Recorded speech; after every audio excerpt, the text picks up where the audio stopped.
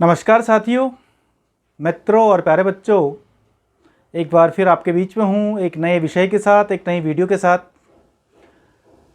आशा है आप लोगों को आज का जो विषय है वो लाभदायी होगा, फलदायी होगा। ऐसे अपेक्षा के साथ आपके बीच में एक नए विषय पर आपके बीच में अपनी बात रख रहा हूँ। और आज का मेरा एक सामान्य सा विषय है जिसको हम हमेशा जीवन में जिससे हम लोग प्रभावित होते हैं, और विषय है कि विपरीत परिस्थितियों में धैर्य बनाए रखना सबसे बड़ी बुद्धिमत्ता है। एक बार पुनः, विपरीत परिस्थितियों में धैर्य बनाए रखना सबसे बड़ी बुद्धिमत्ता है। The greatest wisdom is to maintain patience in adverse circumstances. एक बार फिर इंग्लिश में, the greatest wisdom is to maintain patience in adverse circumstances. अब ये मैं क्यों इस बात को यहाँ पर ला रहा हूँ, इसके पीछे महज यही कारण है कि अपना कुछ अनुभव है और कुछ देखा देखी है, अर्थात ऑब्जर्वेशन है, अवलोकन है। जब हम लोग इस बात को, धैर्य को अपने जीवन से जोड़ते हैं, अपने दैनिक कार्यों से जोड़ते हैं, अपने जीवन के निर्णयों से जोड़ते हैं, तो कहीं ना कहीं इसका हमें आभास होता है कि हाँ, मुझे उस समय धैर्य बनाए रखना चाहिए था, या मुझे अपना धैर्य को नहीं खोना चाहिए था और भावनाओं में बहकर मुझे वो निर्णय नहीं लेना चाहिए था। ऐसा कुछ सामने आता है। या फिर ये भी आता है पॉजिटिव वे में कि अच्छा हुआ मैंने धैर्य बनाए रखा और मैं आज सही निर्णय तक, उस समय मैंने सही निर्णय लिया और मैं सही बिंदु तक पहुंच चुका हूं। ऐसे कुछ बातें अक्सर हम लोग आपस में चर्चा करते हैं, निश्चित रूप से करते हैं। और इस मामले में मैं वही कहूँगा कि जब भी व्यक्ति के सामने विपरीत परिस्थितियाँ आती हैं, अगर वो अपने धैर्य को बनाए रखता है तो वही व्यक्ति अपने जीवन में सफलता को प्राप्त करता है। निश्चित रूप से सफलता का एक मंत्र यह भी है कि व्यक्ति विपरीत परिस्थितियों के आने पर, पुनः दोहरा रहा हूँ मैं, विपरीत परिस्थितियों के आने पर अपने धैर्य को बनाए रखता है। अपने धैर्य को बना करके ही अपने कार्यों को संपादित करता है। ये एक बहुत बड़ा पहलू है जीवन का। जब हम लोग धैर्य खो जाते हैं और भावनाओं में बहकर हम लोग अपना निर्णय लेते हैं या एक प्रतिक्रियावादी निर्णय लेते हैं, और वो निर्णय हमेशा खराब चला जाता है। विशेषकर मैं युवा की बात करूं या किसी भी की बात करें, लेकिन विशेषकर युवा को ही मैं ज़्यादा फोकस करता हूं अपनी बातों में, तो युवा के लिए सबसे ज़्यादा विपरीत परिस्थितियां आती हैं जब वो अपने करियर के दौर से गुजर रहा होता है। उसके सामने जिम्मेदारियां भी आने लगती हैं, पढ़ाई पूरी कर चुका होता है या कर रहा होता है, और उसको एक स्पष्ट दिशा नहीं दिखती है, या यूँ कहूँ कि उसको एक अपना भविष्य नहीं दिखता है। अब क्यों नहीं दिखता है? क्योंकि जब वो कोई चीज़ प्लान करता है, अपनी कोई योजना बनाता है, उस योजना पर वो आगे बढ़ता है, तो बीच में परिस्थितियां विपरीत चली जाती हैं। अब वो विपरीत परिस्थितियां कुछ भी हो सकती हैं, पारिवारिक रूप से हो सकती हैं, या किसी और तरीके से हो सकती हैं, या प्रशासन की ओर से आ सकती हैं, या जिन उद्देश्यों को आगे लेकर के चल रहा था वहाँ पर बाधाएँ उत्पन्न हो जाती हैं। तो कहने का मतलब विपरीत परिस्थितियाँ उत्पन्न हो जाती हैं। और अगर बच्चा वहाँ पर भावनात्मक रूप में बह जाता है, अपने धैर्य को खो देता है, तो फिर वहाँ पर उसकी स्थिति ज़रा खराब हो जाती है। अब धैर्य क्या है, इसकी पहचान कैसे करें? धैर्य वो है कि जिस उद्देश्य को लेकर के हम लोग चल रहे हैं, उस उद्देश्य को बनाए रखना हमारा धैर्य कहलाएगा। कि मान लीजिए मुझे कोई तैयारी करनी है, मैं किसी प्रोजेक्ट पर कार्य कर रहा हूँ, मैं किसी योजना के ऊपर कार्य कर रहा हूं, और उस योजना पर बीच में कोई विपरीत परिस्थितियां सामने आती हैं, तो मैं अचानक उस प्रोजेक्ट को छोड़ देता हूं, या किसी और काम को मैं अपना लेता हूं, या फिर अगर कोई मेरे प्रोजेक्ट में जो बाधा उत्पन्न करता है उसके लिए मैं कुछ ऐसा काम कर लेता हूं कि मैं उसको ही खत्म करने की सोचने लगता हूं, मैं उसका विरोध करने लगता हूं। तो जब ऐसा कुछ होता है तो फिर ये डिस्टर्बेंसेस आने लगते हैं, क्योंकि हम लोग वहां पर धैर्य के अनुसार निर्णय नहीं लेते हैं। ये हमेशा ध्यान रखें कि समय हमेशा एक समान नहीं होता है। कभी समय बहुत अनुकूल होता है। अनुकूल समय में धैर्य बनाए रखना सबके बस की बात है, लेकिन वो व्यक्ति महान है जो विपरीत परिस्थितियों में अपने धैर्य को बनाए रखता है। वो व्यक्ति महान है जो विपरीत परिस्थितियों में अपने धैर्य को बना करके अपने एक विवेकशील निर्णय को लेता है। ये बात भी निश्चित है कि धैर्य बनाकर ही समस्या का समाधान प्राप्त होता है। समस्या का अगर हमें सही समाधान प्राप्त करना है, समस्या को अगर हमें सही समस्या की जड़ तक पहुंचना है और फिर उसका समाधान निकालना है, तो हमें धैर्य में ही उस समस्या को सुलझाने का प्रयास करना चाहिए।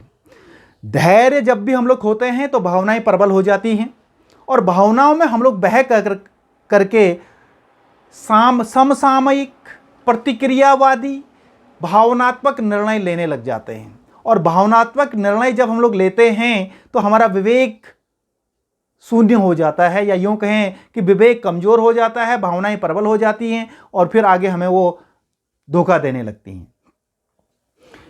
दो उदाहरणों के आधार पर, जो हमारी सांस्कृतिक परंपराएं रही हैं उसके आधार पर, मैं इन दो उदाहरणों के आधार पर अपनी बात को रखने का प्रयास करता हूं। महाभारत का युद्ध चल रहा था, सभी जानते हैं, और महाभारत के युद्ध में श्री कृष्ण पांडवों की तरफ से युद्ध लड़ रहे थे। लड़ क्या रहे थे? वो अर्जुन के सारथी थे और उन्होंने कसम खाई थी कि मैं शस्त्र नहीं उठाऊंगा और मैं केवल और केवल पांडवों की तरफ से तरफदारी करूंगा, उन्हें सलाह दूंगा या जो भी है वो करूंगा, लेकिन मैं शस्त्र नहीं उठाऊंगा।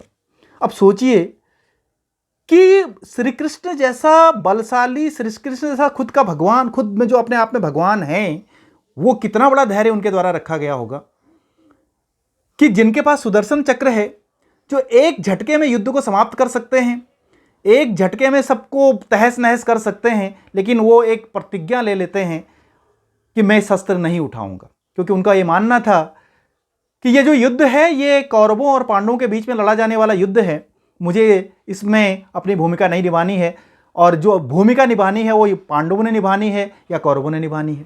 अब यहां पर देखिएगा कि एक पांडवों की तरफ से स्वयं श्री कृष्ण युद्ध में सम्मिलित हैं और कौरवों की तरफ से उनकी सेना सम्मिलित है। तो निश्चित बात है कि भाई जब युद्ध हो रहा होगा तो पांडवों के द्वारा उनकी सेनाएं तितर बितर की जा रही होंगी, उनकी सेनाओं पर आघात पहुंचाया जा रहा होगा। कहने का मतलब मेरा यह है कि उनकी सेना, उनके सैनिक मर रहे होंगे, तो क्या उनके अंदर भावनाएं प्रबल नहीं होंगी? लेकिन उन्होंने धैर्य बनाए रखा। उनके अनेक सैनिक मारे गए होंगे उस युद्ध में, मारने वाले पांडव भी होंगे, मारने वाले कोई और भी होंगे, लेकिन फिर भी उन्होंने धैर्य बनाए रखा। उनके, हम जैसे आम जो लोग हैं, उनके दिलो दिमाग में यही आता कि इस युद्ध को समाप्त करो, अपनी सेना को बचा लो और इनको खत्म कर दो ताकि मेरी सेना बची रहे। लेकिन उन्होंने धैर्य बनाए रखा और ये सब कुछ चलता रहा और अंत तक उन्होंने कोई भी हथियार नहीं उठाया। तो ये है एक धैर्य की कहानी जो उसकी श्री कृष्ण के द्वारा हमें सिखाई जाती है कि भाई विपरीत से विपरीत परिस्थितियां अगर आती हैं तो हमें धैर्य नहीं खोना चाहिए, अपने धैर्य के अनुसार आगे बढ़ना चाहिए और समस्या का समाधान बहुत अच्छी तरह से निकल आता है। दूसरी तरफ उदाहरण देता हूं मैं गांडीवधारी अर्जुन का। उसी महाभारत के युद्ध में उनका पुत्र अभिमन्यु चक्रव्यूह में मारा गया और जो युद्ध नीतियां थी उसके विरुद्ध वो नीतियां नहीं अपनाई गई और अनेक महारथियों ने उनके पुत्र को कुचल दिया, मार दिया। और उन्होंने जब ये सब दृश्य सुना, देखा और अपने पुत्र को जमीन पर गिरे हुए देखा, तो उन्होंने एक प्रतिज्ञा कर डाली कि कल के सूर्यास्त से पहले मैं जयद्रथ का वध कर दूंगा। यह भावनात्मक निर्णय था, निश्चित रूप से भावनात्मक निर्णय था। यह विवेकशील निर्णय नहीं था, यह धैर्य के अनुसार लिया जाने वाला निर्णय नहीं था। भावना में बह गए इतने वीर गांडीवधारी अर्जुन, इतनी शिक्षा प्राप्त किए हुए अर्जुन, इतने युद्ध कौशल जानने वाले अर्जुन भावनाओं में बह गए, विवेक कमजोर पड़ गया।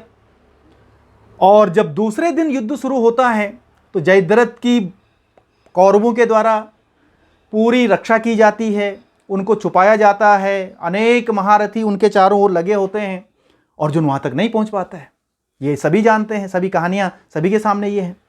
वो तो भला है कि वहाँ पर उनके सारथी श्री कृष्ण थे, जिन्होंने कि कुछ समय के लिए सूर्य को छिपा दिया और उनकी गलतफहमी, पांडवों की गलतफहमी हो गई और जयद्रथ सामने आ गए। जयद्रथ सामने आया तो आप सभी जानते हैं कि उन्होंने उनका वध किया, नहीं तो अर्जुन तो आत्मदाह करने जा रहे थे।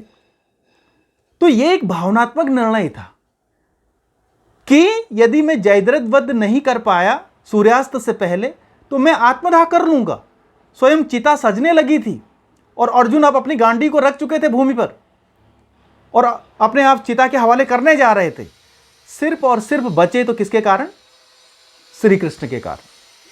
तो ये है दो उदाहरण की, एक निर्णय जो धैर्य में लिया गया निर्णय है, एक निर्णय जो कि भावनात्मक निर्णय है।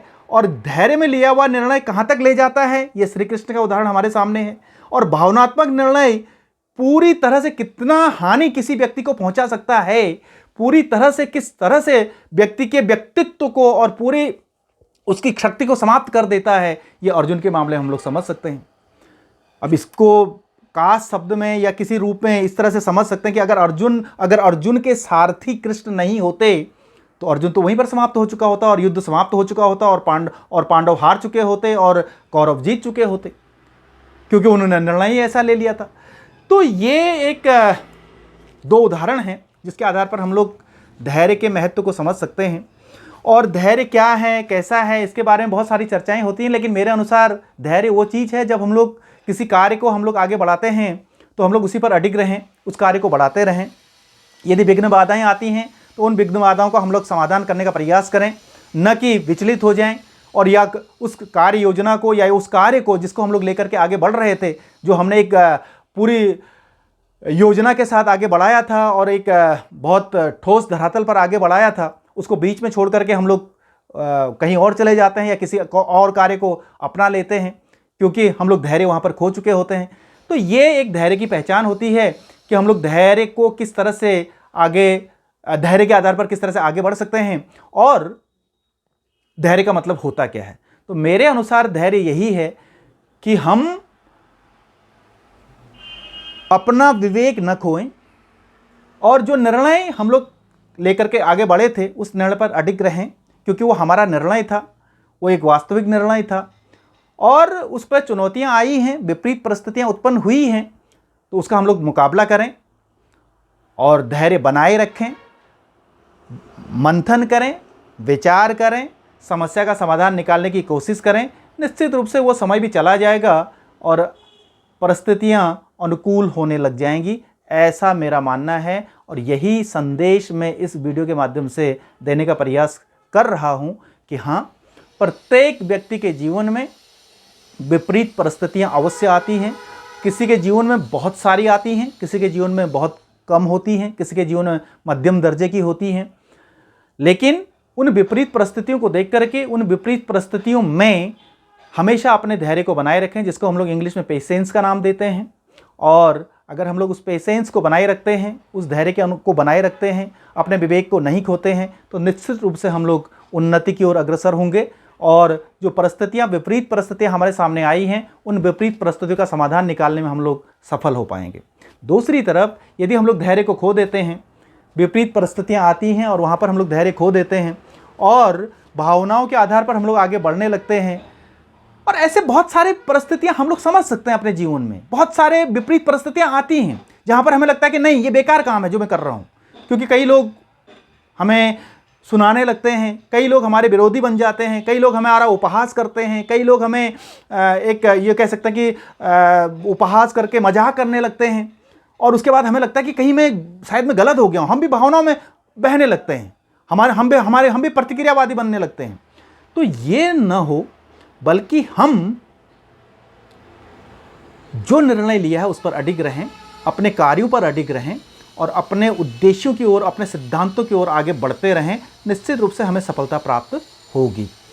और विपरीत परिस्थितियां हर एक के जीवन में आती हैं और आनी भी चाहिए, और विपरीत परिस्थितियां से निकल करके जब व्यक्ति आगे बढ़ता है तो निश्चित रूप से व्यक्ति एक आत्मसम्मानी व्यक्ति बनता है, एक ज्ञान को प्राप्त किया हुआ व्यक्ति बनता है उसके अंदर बहुत सारा ज्ञान एकत्रित हो चुका होता है, अनुभव एकत्रित हो चुके होते हैं। हाँ, एक यूँ कहें कि अपना एक प्रभुत्व स्थापित कर चुका होता है। वो तभी होगा जब वो विपरीत परिस्थिति से लड़ करके आगे बढ़ेगा। और अनेक ऐसे लोग हैं जो विपरीत परिस्थिति को देख करके धैर्य समाप्त कर लेते हैं और उसके बाद फिर दूसरा रास्ता अपना लेते हैं, या यूँ कहें कि एक आसान सा रास्ता अपना लेते हैं और उसके बाद फिर वही सामने रहता है कि मैंने अगर वहाँ पर ऐसा निर्णय नहीं लिया होता तो मैं आज यहाँ होता, मैंने वैसा नहीं किया होता तो मैं आज यहाँ होता। इस तरह के पछतावा उनके जीवन में आता है। तो इस पछतावे को से बचने के लिए हमेशा सबसे ज़्यादा अपने जब भी विपरीत परिस्थितियाँ आती हैं, विपरीत परिस्थितियाँ, पुनः मैं बात कह रहा हूँ, विपरीत परिस्थितियाँ आती हैं, जब व्यक्ति को एक तरफ वो पढ़ाई कर रहा होता है तो उसको एक शांत वातावरण नहीं मिल पाता है, या उसको एक कोलाहल वाला वातावरण मिलता है, या उसको एक अच्छा शिक्षक नहीं मिल पाता है, या उसके अलावा उसकी एक आर्थिक स्थिति बहुत अच्छी नहीं होती है। तो ये सब इस तरह के हम लोग इसको समझ सकते हैं कि विपरीत परिस्थितियाँ कुछ भी हो सकते हैं किसी के लिए। और एक पारिवारिक परिस्थितियाँ विपरीत परिस्थितियाँ हो सकती हैं, सामाजिक परिस्थितियाँ विपरीत परिस्थितियाँ हो सकती हैं, आर्थिक परिस्थितियाँ विपरीत परिस्थितियाँ हो सकती हैं, बहुत सारी विपरीत परिस्थितियाँ आ सकती हैं। लेकिन यदि हमने अपना विश्लेषण सही तरीके से कर लिया है और अपना निर्णय सही तरह रूप में ले लिया है तो निश्चित रूप से हमें अपने धैर्य को बनाए रखना चाहिए। और इसी समय मैं आपको बताऊं कि जिस समय मैं ये वीडियो बना रहा हूं मेरे सामने बहुत सारी विपरीत परिस्थितियां हैं। 3 तरफ से मकानों का काम लग रखा है, कहीं पर टाइल्स काटने की आवाज़ें आ रही हैं, कहीं पर ठोका ठोकी हो रही है, कहीं पर पत्थर तोड़ने की आवाज़ें आ रही हैं, लेकिन फिर भी मैं बना रहा हूँ। और ये भी एक आप लोग समझ सकते हैं कि मेरे धैर्य की एक परिचय है, जो कि मैं फिर भी अडिग हूँ कि नहीं, मुझे वीडियो बनानी है। तो ये कुछ इस तरह के उदाहरण हैं जीवन में जो हमें बहुत कुछ सिखाते हैं। और आप लोग शायद इस आवाज़ को भी सुन रहे होंगे जो ये आवाज़ से आ रही है, लेकिन फिर भी मुझे लगा कि नहीं, मुझे बनाना चाहिए। बहुत दिनों से सोच रहा था कि मुझे इस पर एक वीडियो बनानी चाहिए और मैं बना रहा हूँ। तो आशा करता हूँ कि आप लोगों को ये विचार पसंद आए होंगे और आप इन पर मनन करेंगे और अपने जीवन को इन बातों से परखेंगे कि हाँ, मुझे अपने जीवन में धैर्य को बनाए रखना चाहिए जब भी विपरीत परिस्थितियाँ आती हैं। अच्छी परिस्थितियों में, अनुकूल परिस्थितियों में हर एक धैर्य रख सकता है। असली व्यक्तित्व तो वही है जो विपरीत परिस्थितियों में अपने आप को आगे बढ़ाता है। आपने वीडियो को देखा, इस सब के लिए आप सबका बहुत बहुत धन्यवाद और शुभ समय।